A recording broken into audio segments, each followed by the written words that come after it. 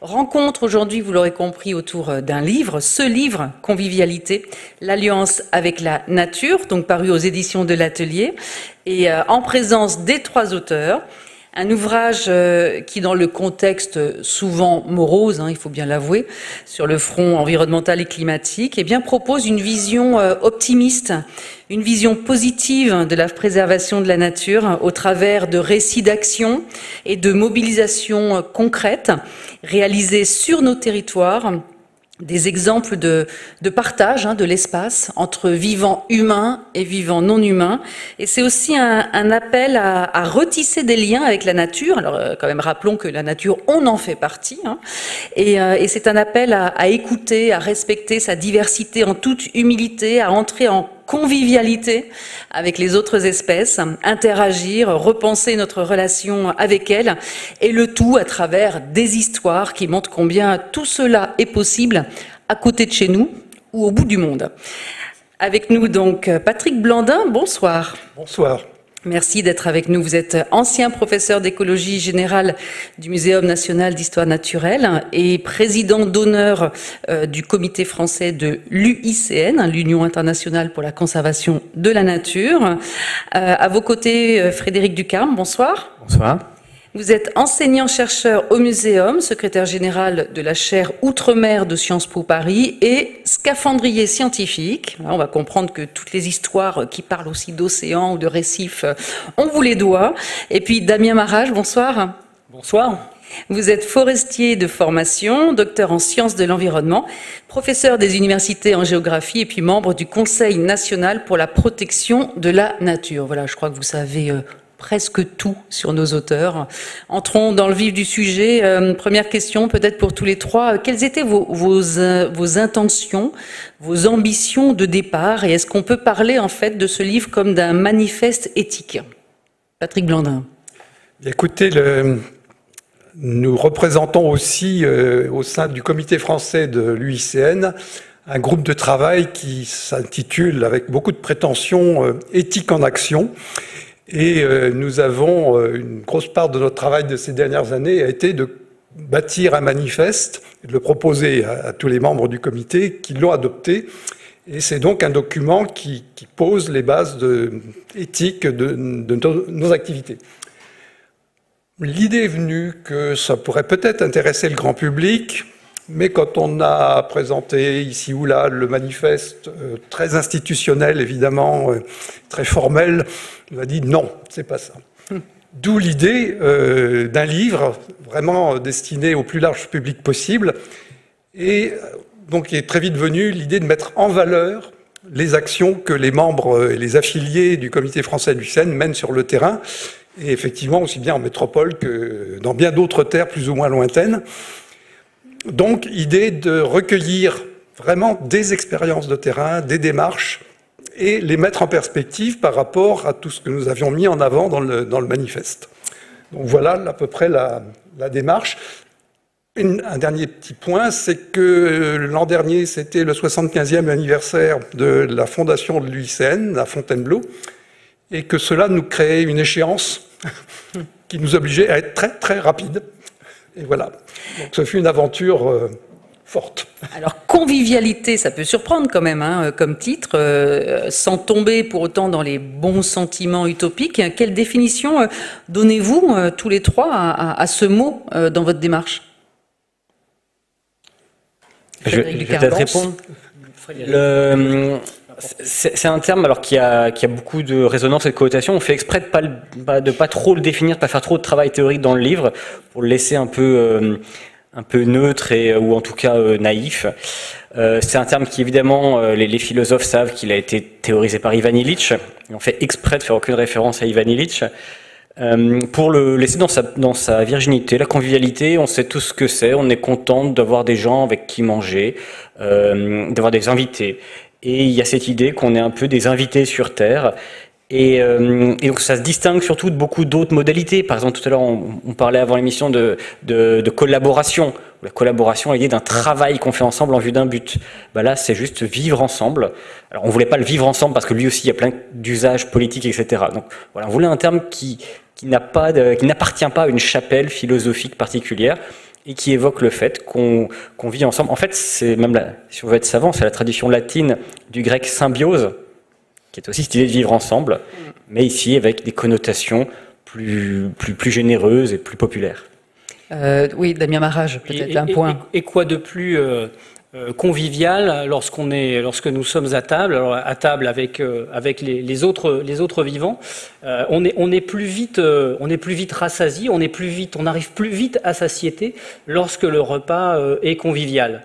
Et donc c'est aussi une invitation à arriver plus rapidement heureux ensemble lorsque nous sommes réunis, vivants et humains et non humains à cette table. Donc construire un mieux vivre ensemble, un chemin que l'on découvre possible grâce à votre livre et avec toutes ces actions menées par des individus en différents endroits du monde. Et donc il faut préciser que ce livre s'appuie justement sur ces actions concrètes des membres et des experts du comité de l'UICN, du comité français. Donc on va peut-être en découvrir certains exemples plus précisément en regardant justement la façon dont vous nous faites entrer dans cette convivialité. Vous nous parlez de regarder et de respecter la nature autrement, c'est-à-dire Patrick Blandin? Eh bien, je vais faire une référence à quelque chose qui est ancien, en sens que ça remonte à 1982, où figurez-vous que l'organisation internationale qui réunit tous les États de cette terre a promulgué une charte pour la nature dans laquelle il est dit que toute forme de vie mérite le respect. Et donc c'est au fond cela que nous avons voulu illustrer en se posant la question et en montrant comment, à différentes échelles, depuis des petits organismes discrets jusqu'à des grands écosystèmes de belle ampleur et de haute diversité, eh bien, notre première démarche devrait être le respect. Donc, comme ce n'est pas toujours le cas... Le respect de toute forme de vie. Le respect de toute forme de vie. Alors ça va très loin, ça on pourra peut-être en discuter avec vous, mais c'est important de se dire que ce n'est pas seulement les espèces emblématiques, que ce n'est pas seulement voilà, les écosystèmes merveilleux de là-bas, mais il y a le près de chez nous, où il faut aussi respecter. Donc une invitation à décentrer son propre regard, hein, c'est ça, pour accorder de la valeur à toutes ces formes de vie qui nous entourent. Alors on peut peut-être commencer à entrer dans des exemples. Hein. Frédéric Ducarme, la tortue Hermann. Allez. Alors la tortue Hermann, c'est le premier chapitre qu'on a écrit. La tortue d'Hermann, pour ceux qui la connaissent pas, c'est la seule tortue terrestre française qu'on trouve essentiellement dans le massif des Maures, dans le Var. Et donc, en tant que seule tortue terrestre française, voilà, elle a une certaine originalité. Évidemment, c'est pas. On a fait exprès aussi dans le livre, comme disait Patrick, ce côté toute forme de vie mérite le respect, et pas seulement les tigres et les ours blancs. Et donc, du coup, il n'y a pas de chapitre sur les tigres et les ours blancs, parce que vous savez tout ce qu'il y a à savoir sur les tigres et les ours blancs. Inversement, la tortue d'Hermann, elle, vous pouvez la rencontrer assez facilement. Vous risquez de rouler dessus cet été, en vacances. Et donc, il y a une vraie convivialité avec elle que vous n'avez pas forcément avec les ours blancs. En tout cas, je vous le souhaite. En voie d'extinction, quand même, enfin, ou en danger. Alors, elle est en danger, mais elle se porte mieux justement parce que, alors, comme le raconte le livre, il y a eu des efforts de conservation qui ont été faits. Alors, elle est relativement bien protégée. Hélas, dans le massif des Maures, il est surtout connu ce massif, vous le connaissez sans doute par les médias, parce que tous les étés, c'est souvent là que ça brûle. Et effectivement, les tortues, ça court pas très vite, et donc quand la forêt brûle, la tortue, elle brûle avec. Ou si elle brûle pas avec, elle n'a tout simplement plus rien à manger après l'incendie. Et donc elle meurt de faim. Si elle a survécu à l'incendie, elle meurt de faim. Donc c'est une espèce effectivement qui est moins menacée par les hommes maintenant parce qu'elle est protégée, mais qui est menacée indirectement par le réchauffement climatique, par les incendies, etc. Et par son habitat maintenant est relativement bien protégé, mais comme on dit aussi, on a mis 100 ans parce que c'est au congrès de 1923 qu'il y a eu les premiers appels à protéger cette espèce, ici même, peut-être même dans l'ancêtre de cet amphithéâtre. Et il a fallu en fait des décennies et des décennies pour mettre en action, une vraie action publique, parce qu'évidemment, encore une fois, la petite tortue d'Hermann, elle est bien modeste, elle n'a pas la chance d'être aussi belle qu'un tigre, et pour convaincre les institutions de protéger une espèce comme ça met beaucoup plus de temps que pour une espèce charismatique. Damien Marrage, allez, quelques exemples. Alors moi, j'ai relevé la massane ou la moule perlière, on peut parler des deux. Hein. C'est vrai que regarder autrement, c'est aussi cette forme de respect que l'on doit avoir pour toute forme de vie, y compris les plus insignifiantes ou même les invisibles. Parce que figurez-vous, c'est ce que vous avez derrière moi là, à l'écran, vous avez là une moule d'eau douce. Et oui, ça existe, hein. Il n'y a pas que les moules de Bouchot, il y a aussi des moules d'eau douce. Alors, il y a deux grandes espèces de moules d'eau douce, et en particulier une moule ici qui produit des perles. Alors, figurez-vous que moi-même, hein, j'ai appris en écrivant ce chapitre des tas de choses sur alors je connaissais la biologie de cette espèce tout à fait particulière, je vais y venir, mais surtout que avant tout simplement que soit on mette des perles de pacotille ou bien qu'on aille chercher des perles dans des organismes marins, eh bien en fait les perles que revêtaient nos grands de nos royaumes, eh bien en particulier, hein, j'évoque la robe d'une certaine Catherine de Médicis, qui était constituée de 32 000 perles de cette espèce. Alors, sachant que, en gros, il y a un taux de 1 sur 10 000, donc vous imaginez, il a fallu ouvrir à peu près 32 millions de moules pour constituer cette robe qu'elle portait au moment du baptême de son fils au château de Fontainebleau.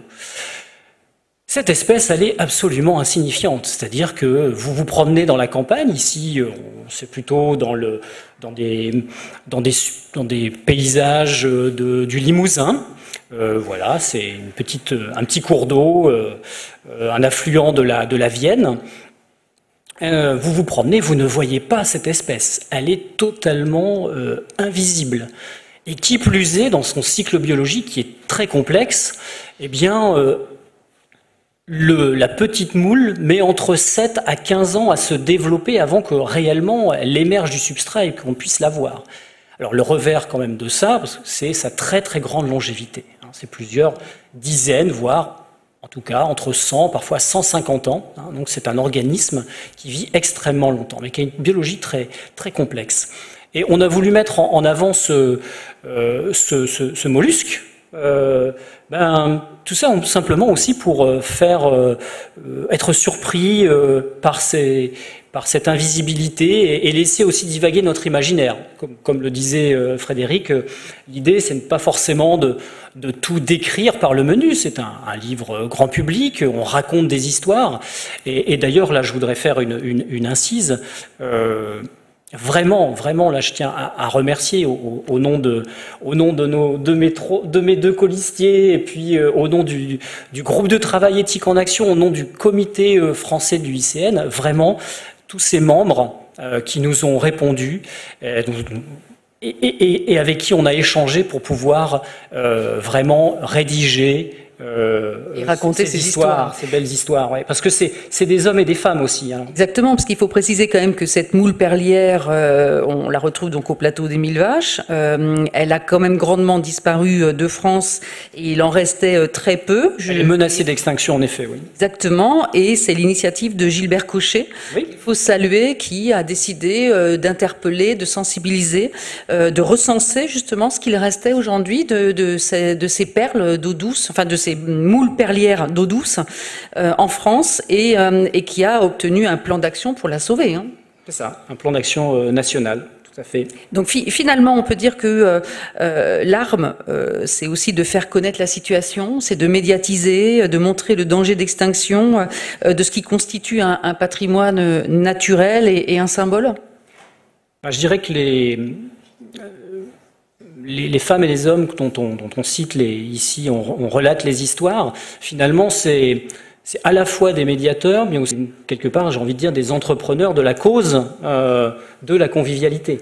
C'est-à-dire c'est par leur truchement que on arrive à, enfin que vous découvrez la vie, la biologie de ces espèces, ce qu'on y fait, comment on les conserve, comment on les sauvegarde. L'exemple de la tortue, c'est pareil, ça fait intervenir des acteurs, voilà, qui œuvrent pour sa sauvegarde. Et là, c'était la même chose pour la moule perlière. La moule perlière qui a une biologie tellement elle est tellement sensible, on parle c'est un très bon indicateur biologique de la qualité des cours d'eau. Donc imaginez, il faut moins de 1 mg de nitrate dans l'eau pour qu'elle puisse accomplir tout ou partie de son cycle biologique. Or, on sait que les pratiques agricoles, souvent, ont tendance à utiliser des nitrates, et donc réduisent d'autant plus la répartition des cours d'eau favorables à son maintien. D'où l'importance de sensibiliser aussi pour pouvoir s'attaquer ensuite aux causes des destructions et de la rupture souvent de cette continuité écologique, on va pouvoir en parler. Frédéric Ducarme, on peut parler du cas de Brouage en Charente-Maritime, peut-être face à l'île de Ré, puisque là aussi il y a un bel équilibre écologique, un lieu qui est rendez-vous, qui est un rendez-vous des oiseaux migrateurs. Et dans ce lieu-là, véritablement, l'histoire de tous ces hommes, ces femmes, de ceux qui décident de s'unir et d'univers professionnels différents est à l'œuvre pour pouvoir sauver ce marais. Oui, j'ai fait les 2 chapitres qui portent sur des zones humides, puisque je suis plongeur, j'ai pas tellement l'habitude, moi, des marais. Hélas, je ne me suis encore jamais rendu dans le marais de Brouage. Alors heureusement, j'ai pu discuter avec les personnes sur le terrain qui travaillent sur cet espace. J'aimerais bien y aller un jour, du coup, parce que ça m'a donné envie. Il est intéressant ce marais parce qu'il y a vraiment une histoire, et ça montre aussi comment l'histoire environnementale est enchâssée dans l'histoire humaine. Donc c'était, évidemment, la mer, dans les temps anciens, a monté et descendu des dizaines de fois. Donc c'est des zones très très plates, des Charentes-Maritimes, etc., où ce marais a été un marais salant, où on cultivait le sel, et c'était un endroit important pour le sel. Et puis finalement, il s'est envasé. Il était plus propre à faire du sel, donc il a été abandonné. Étant abandonné, il a été colonisé par des oiseaux. Et donc c'est devenu un endroit important. En fait, comme il y avait encore des installations humaines, ça faisait un endroit extrêmement... Il y avait beaucoup d'habitats différents, c'était très morcelé. Avec des bassins avec différents niveaux de salinité, différents niveaux aussi de terre, etc. Donc ça faisait une grande gamme d'habitats. Et après, dans les années, il a été remis en état à partir du 19e siècle. Et donc maintenant, c'est à la fois un lieu agricole où on cultive notamment, où on élève plutôt des vaches qui étaient connues au 19e siècle parce que c'était parmi les premières à faire du lait, comme elles pouvaient être dehors très tôt. Et aujourd'hui, en fait, l'eau remonte. Comme vous le savez, avec la montée des océans. Et donc, ces marais commencent à se resaliniser. Les terres aussi se resalinisent. Et une partie des terres sont plus propres à l'agriculture et à l'élevage. Et donc, la question, c'était qu'est-ce qu'on fait? Est-ce qu'on fait des systèmes de digues, en gros? Est-ce qu'on se bat contre l'océan à la hollandaise? Ou est-ce qu'on laisse l'océan reprendre une partie de ces espaces? En fait, donc, il y a eu un arbitrage local. Et ça, c'est intéressant parce que c'est aussi un exemple de démocratie locale et d'habitants qui prennent en main leur espace, en disant bon voilà, qu'est-ce qu'on fait? On a ce phénomène de la mer qui monte. On peut mentionner l'implication de la LPO, le Conservatoire du littoral, la communauté d'agglomération de Rochefort-Océan et puis le Conservatoire d'espaces naturels de Nouvelle-Aquitaine qui se mettent ensemble et qui décident d'agir aussi parce que avant cette question de réchauffement climatique et de montée des eaux, en tout cas de l'adaptation des territoires côtiers, la mer qui revient, il y avait aussi de grandes craintes face aux élevages intensifs hors sol et à la céréaliculture intensive, bien sûr, pour répondre à ces besoins-là. Et là, vraiment, tous ceux que j'ai mentionnés se sont vraiment impliqués, ont œuvré ensemble, en coopération, j'allais dire en toute convivialité, en tout cas, pour préserver cet endroit unique. Oui, et je pense que ça, c'est assez représentatif donc de l'esprit du livre et aussi du Comité français de l'UICN, c'est-à-dire essayer de penser la subtilité. Le champ de l'écologie aujourd'hui est très politisé, facilement radicalisé. Il y a beaucoup de clans comme ça qui s'affrontent sous le regard amusé du grand capital. Et là, par exemple, entre une agriculture qui est celle de l'élevage extensif de plein champ et une autre partie de l'agriculture qui est celle, en fait, simplement du maïs planté en monospécifique, évidemment, ça n'a pas du tout le même effet sur l'environnement. Donc dans les deux cas, on est dans le cadre de l'agriculture, mais en fait, c'est deux modèles agricoles radicalement différents, sachant que le maïs est fait pour nourrir des bêtes qui sont enfermées. Alors oui, ça produit plus de viande, mais évidemment une viande de moins bonne qualité et de moins d'intérêt, et avec un impact surtout écologique bien plus fort. Et donc là aussi, le but n'est pas de jeter le haro sur l'agriculture en général, mais de montrer comment deux modèles cohabitent de manière assez différente avec la biodiversité. Évidemment, dans le champ de maïs, c'est quand même un milieu assez homogène et pas très intéressant pour la biodiversité, alors que du pâturage extensif, ça permet en fait aux oiseaux eux aussi de vivre avec les bêtes. Sachant qu'il y a même des oiseaux qui vont déparasiter les bêtes, et il y a une vraie convivialité, même une symbiose pour le coup. Donc convivialité dans le monde du vivant humain et dans le monde du vivant non humain. On se rend compte aussi à travers vos histoires que vous nous sensibilisez à ce qu'on ne voit pas, c'est-à-dire la nécessité de prendre en compte l'invisible et l'obscur. Et là, on peut plonger avec vous, parce que vous êtes scaphandrier, hein, quand même, c'est aussi une autre de vos qualités, on va dire, et donc partir sur les récifs coralliens surprenants au fond de l'océan, donc en Polynésie française. Oui, là, on documentait les travaux assez intéressants d'une équipe de plongeurs qui est assez célèbre, hein, qui s'appelle Under the Pole, qui s'est fait connaître en faisant des plongées justement subglaciaires, d'abord au pôle Nord, puis au pôle Sud. Et en fait, là aussi, alors, tout le monde connaît les récifs de corail, au moins de réputation.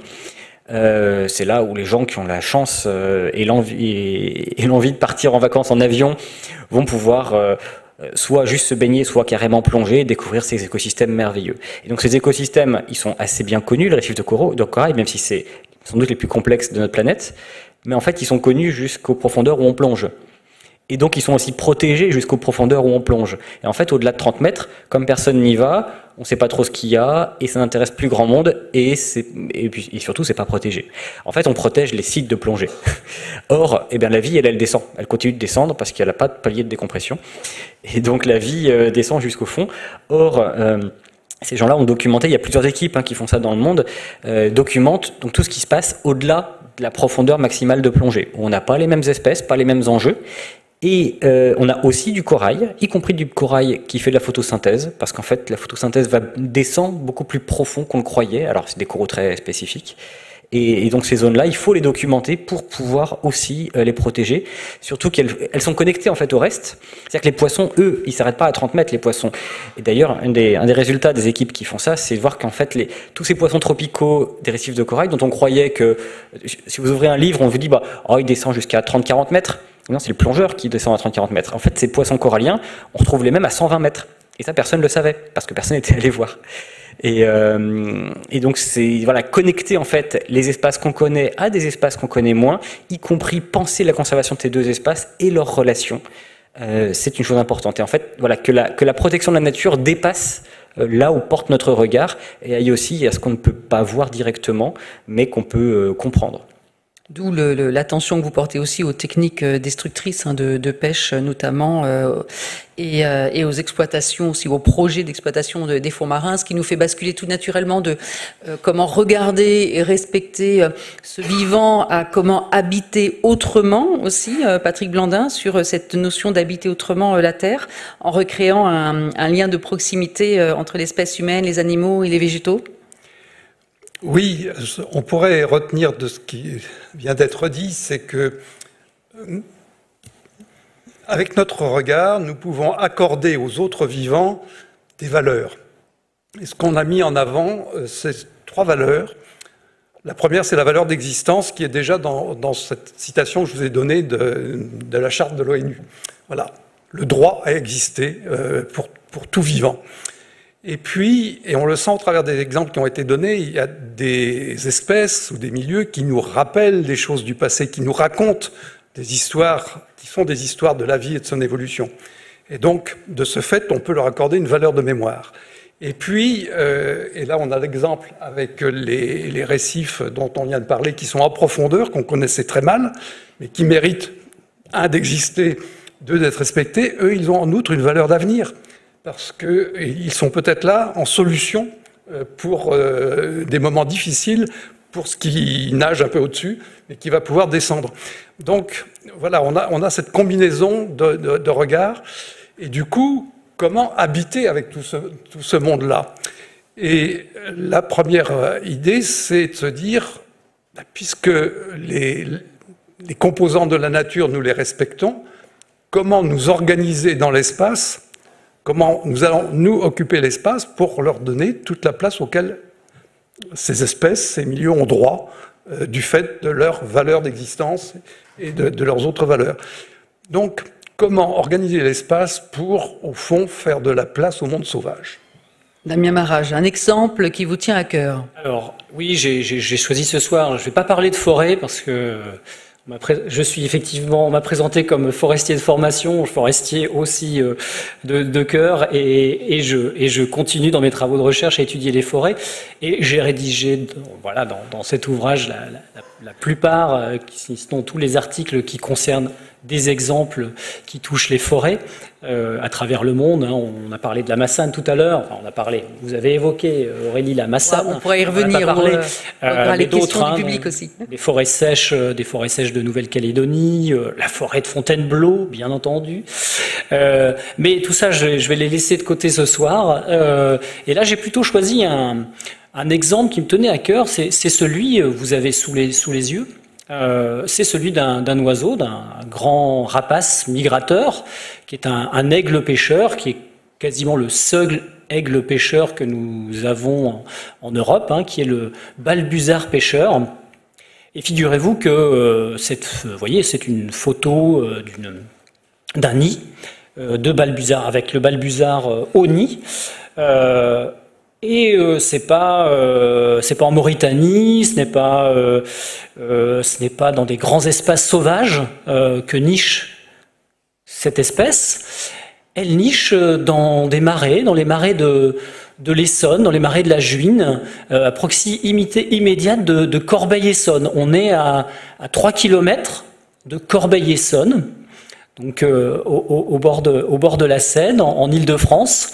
Et vous voyez que cette espèce sauvage, je répète, un aigle pêcheur, eh bien, il trouve, on lui a pas dit tiens, viens nicher ici.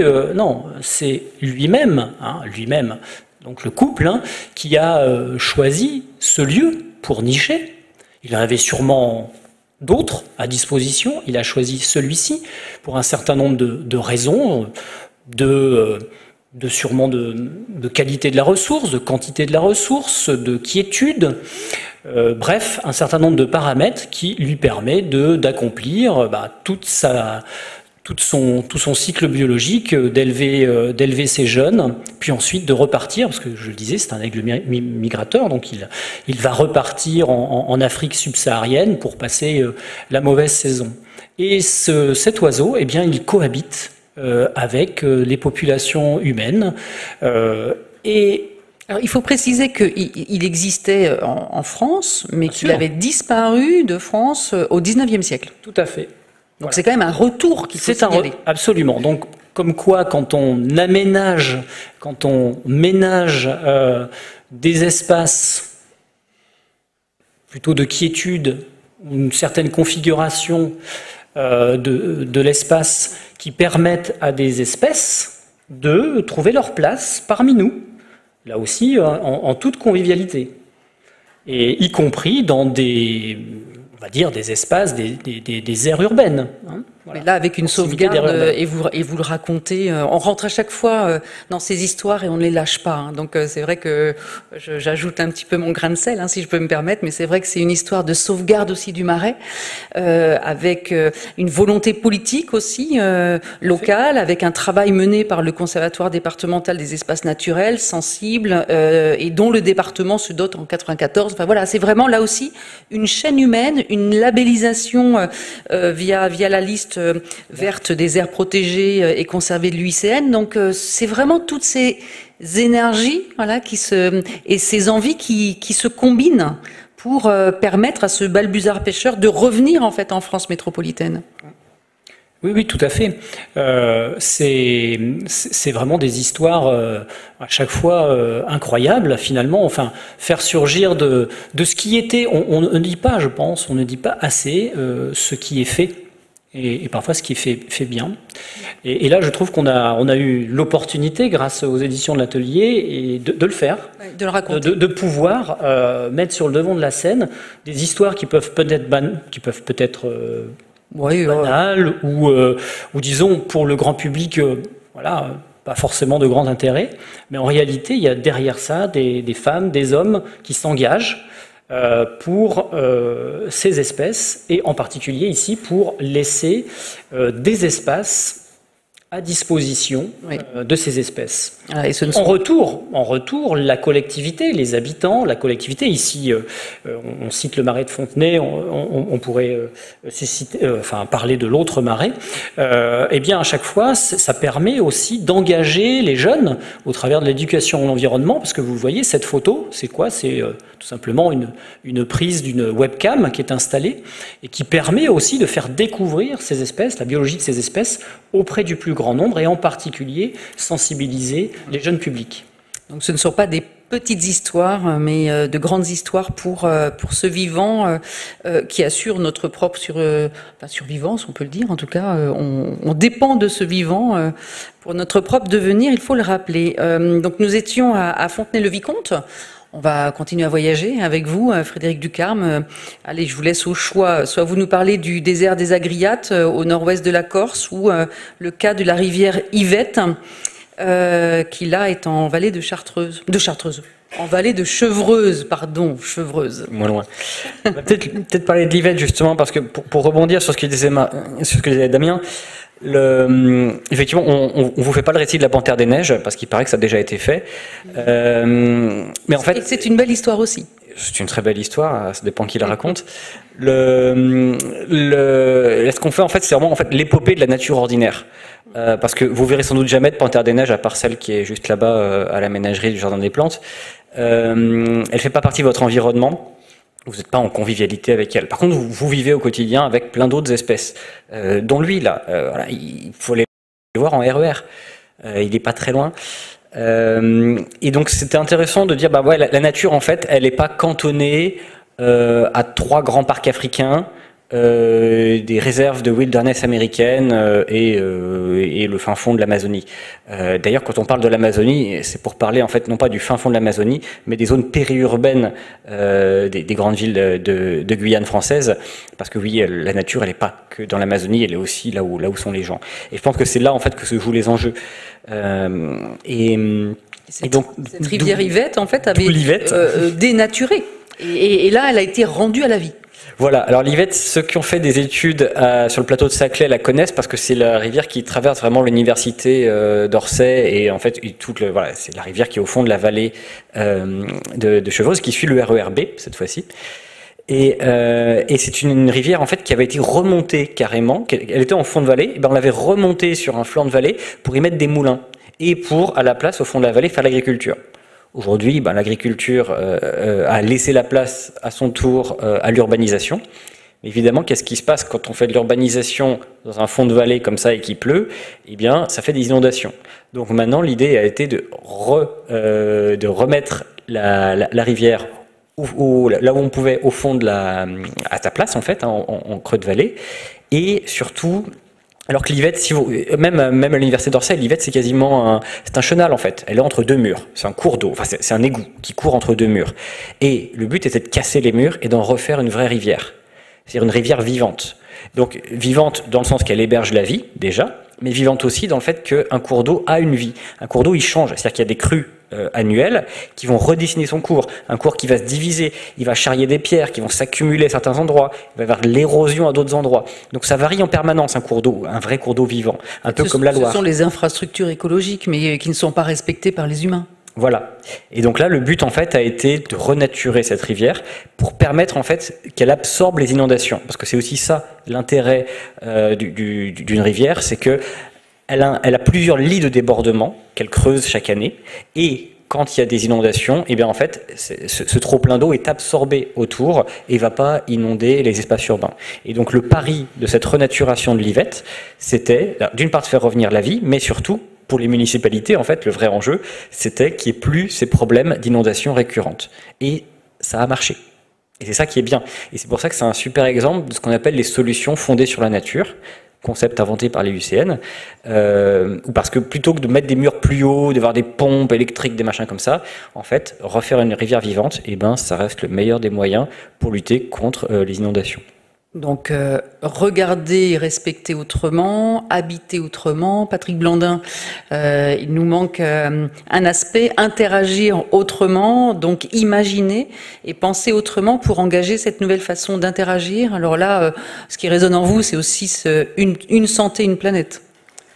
Oui, alors déjà, rien que les exemples qui viennent d'être développés montrent qu'on est en interaction avec le vivant, et ce qui est très important de voir, c'est qu'on a insisté là sur des exemples de proximité, c'est-à-dire comment être avec de la nature sauvage près de chez nous. Donc c'est vraiment l'idée de la convivialité, mais à une autre échelle, c'est aussi quelle place voulons-nous laisser à la nature tranquille, libre, en paix, aussi peu dérangée qu'on le puisse de notre part.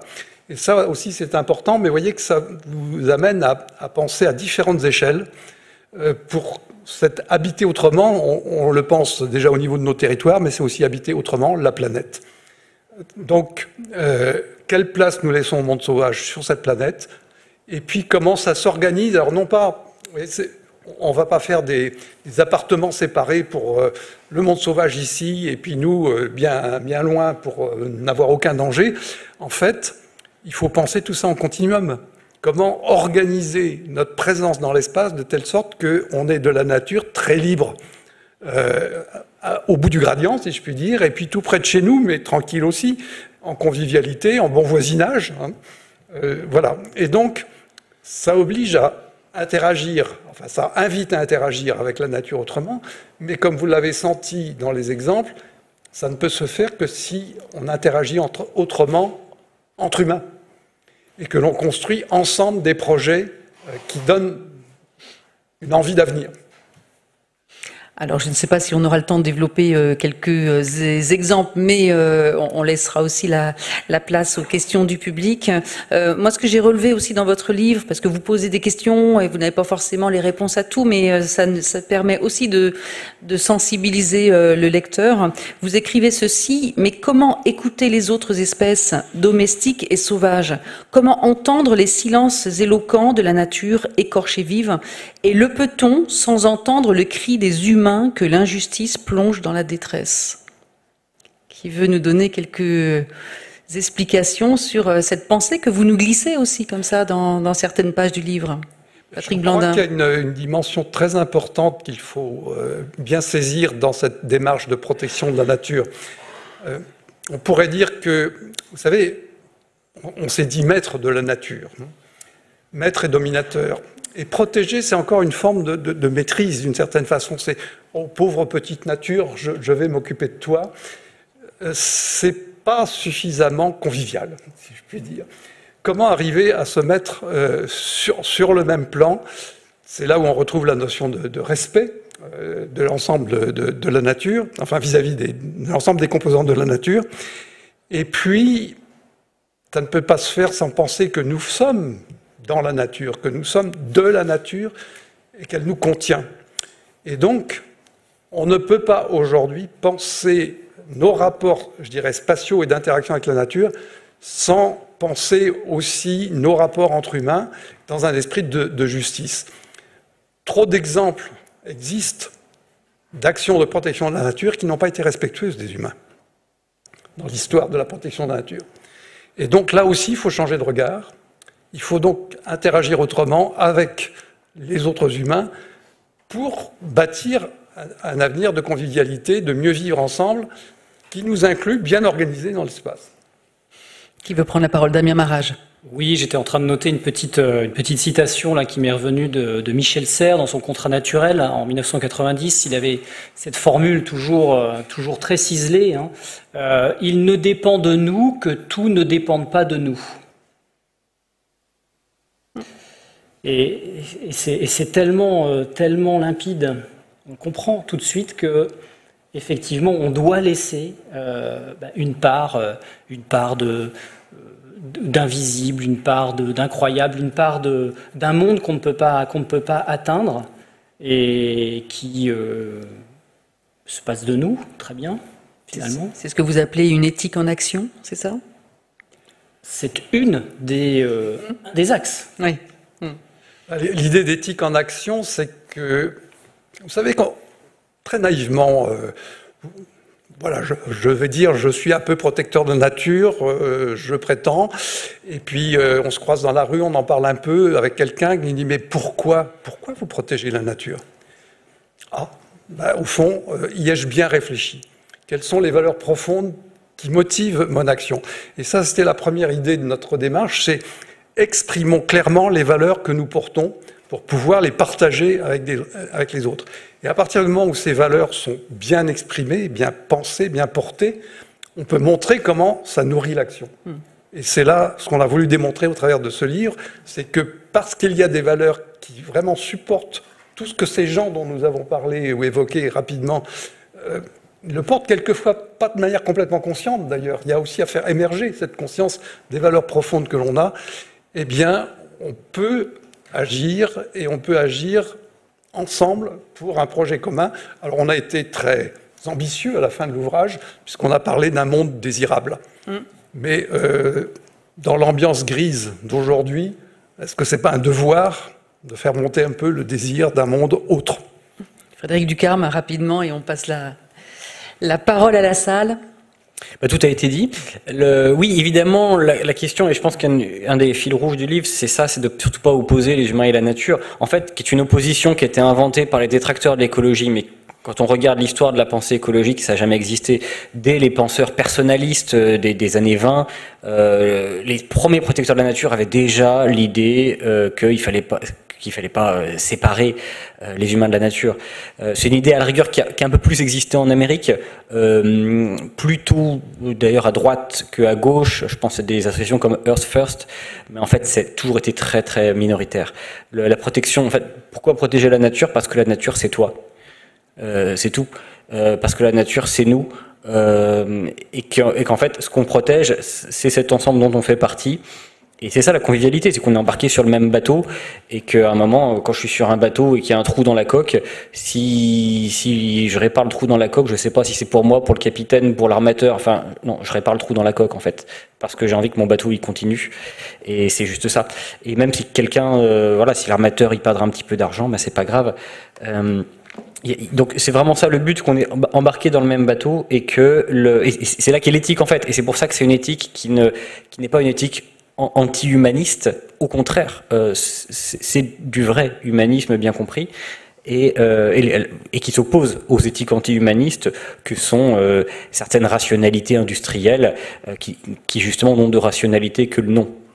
Donc c'est considérer les obligations, les devoirs que nous avons vis-à-vis du vivant, et ça nécessite forcément du respect, une écoute, un esprit de tolérance également. Alors est-ce que certains ou certaines ont des questions dans la salle? Oui, je vois Madame au centre. Voilà, le micro va venir jusqu'à vous.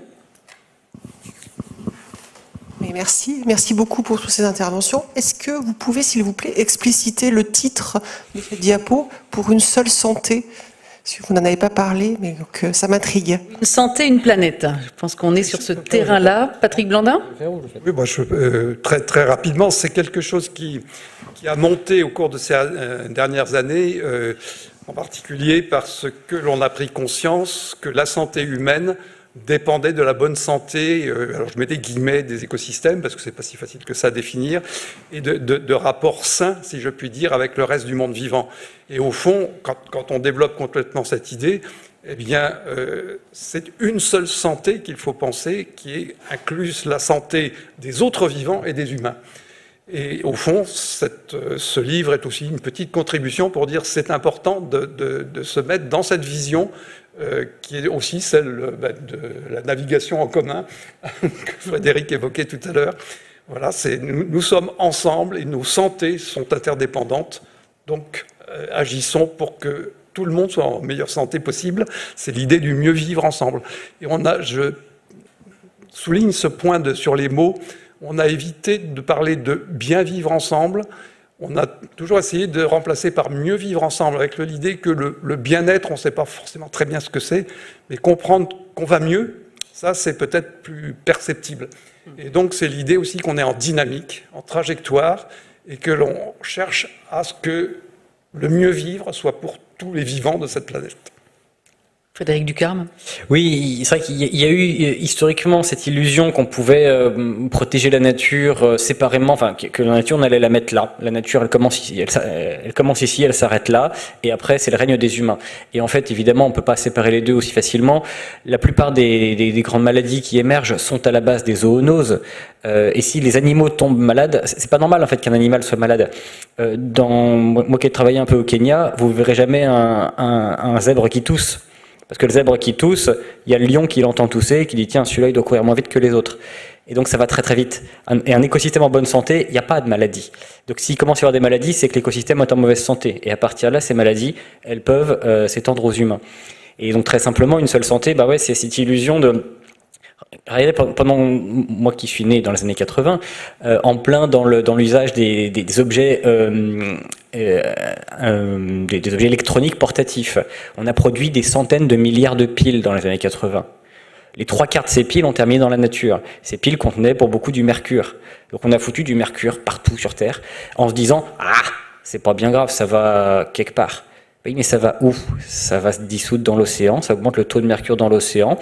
Il y a des petites algues qui vont assimiler ce mercure, puis qui vont pas arriver à s'en débarrasser, qui seront mangées par des petites crevettes, qui seront mangées par des petits poissons, qui seront mangées par des gros poissons, et c'est celui que vous avez dans votre assiette. Et donc en fait, c'est pour ça, une seule santé, c'est que oui, si les poissons en mer sont pleins de mercure, bah c'est pas bon pour moi en fait, même très égoïstement. C'est aussi ça la force de cet argument une seule santé, c'est que c'est pas l'écologie, c'est pas une histoire de doux rêveur amoureux des papillons. Même si je sais que mon voisin de gauche est très amoureux des papillons. L'écologie, c'est aussi en fait des humains qui pensent à eux et à eux en tant qu'ils sont membres d'un organisme plus vaste. Et c'est cet organisme plus vaste, il faut qu'il aille bien. C'est comme se dire ah mon bras a un cancer, mais c'est que mon bras, alors ça va. C'est pas moi. Bah si en fait. Bah, c'est pareil avec la nature. On s'est amusé avec une expression qui est l'altruisme égoïste. C'est-à-dire que se préoccuper des autres, c'est aussi espérer un retour pour nous. Et puis toujours dans les termes aussi, même si on ne l'a pas écrit explicitement, mais ça rejoint cette notion dont tu parlais, Patrick, finalement d'un humanisme qui serait écologique. Ah oui, ça c'est possible finalement. Une nouvelle forme d'humanisme qui intégrerait, qui élargirait le cercle de la communauté biotique. Et donc c'est cet humanisme écologique que l'on porte dans ce livre et ça fait référence. J'étais très très surpris de lire ça de Jean Mallory dans Lettres à un Inuit. En fait, il en parle, il développe cette notion d'humanisme écologique dans son dernier ouvrage de 2018. Autre question? Allez-y, voilà. Monsieur.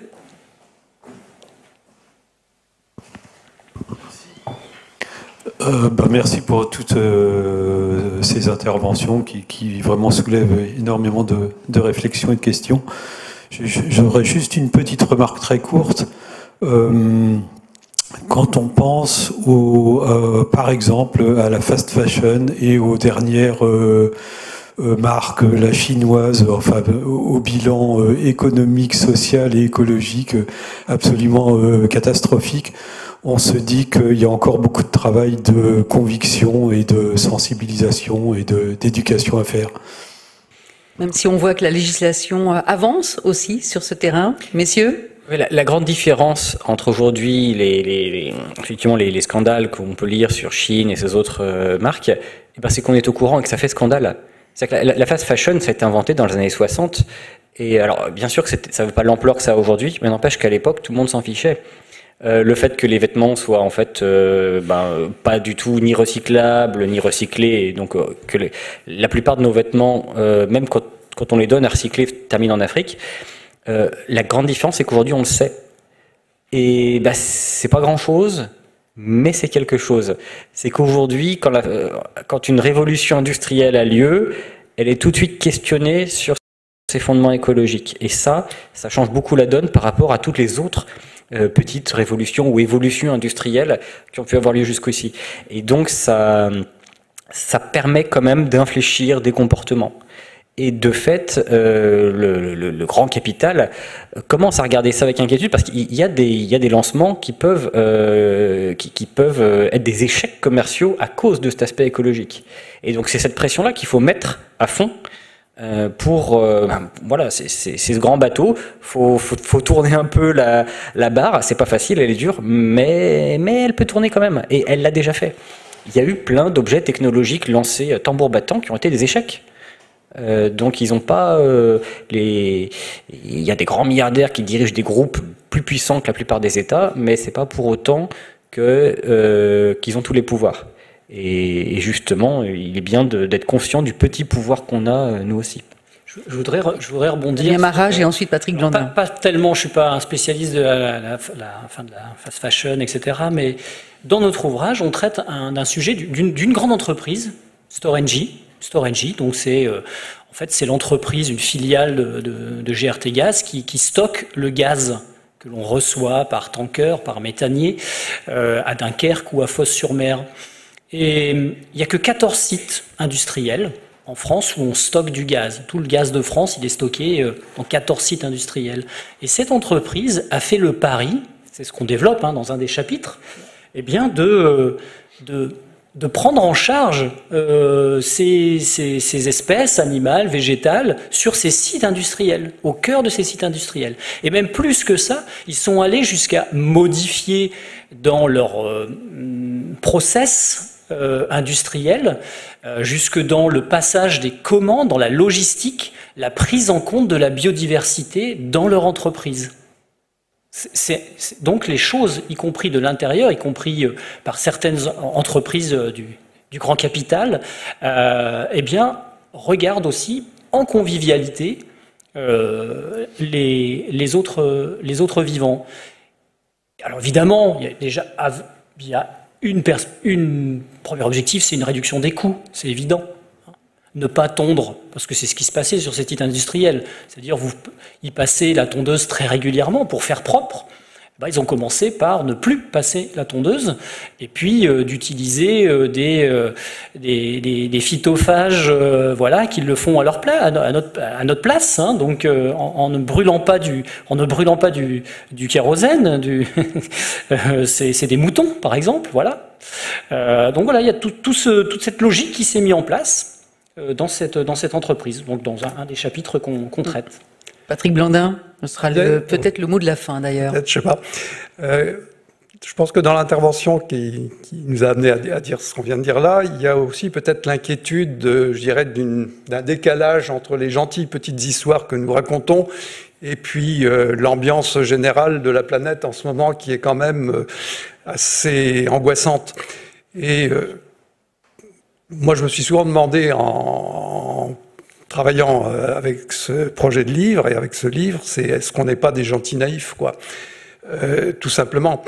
Et je me dis, ben oui, mais s'il n'y a pas des gentils naïfs pour quand même dire aux gens qu'il y a des choses qui peuvent se faire, qu'il y a des choses qui se font, qui donnent une autre vision possible, eh bien on aura peut-être manqué notre responsabilité.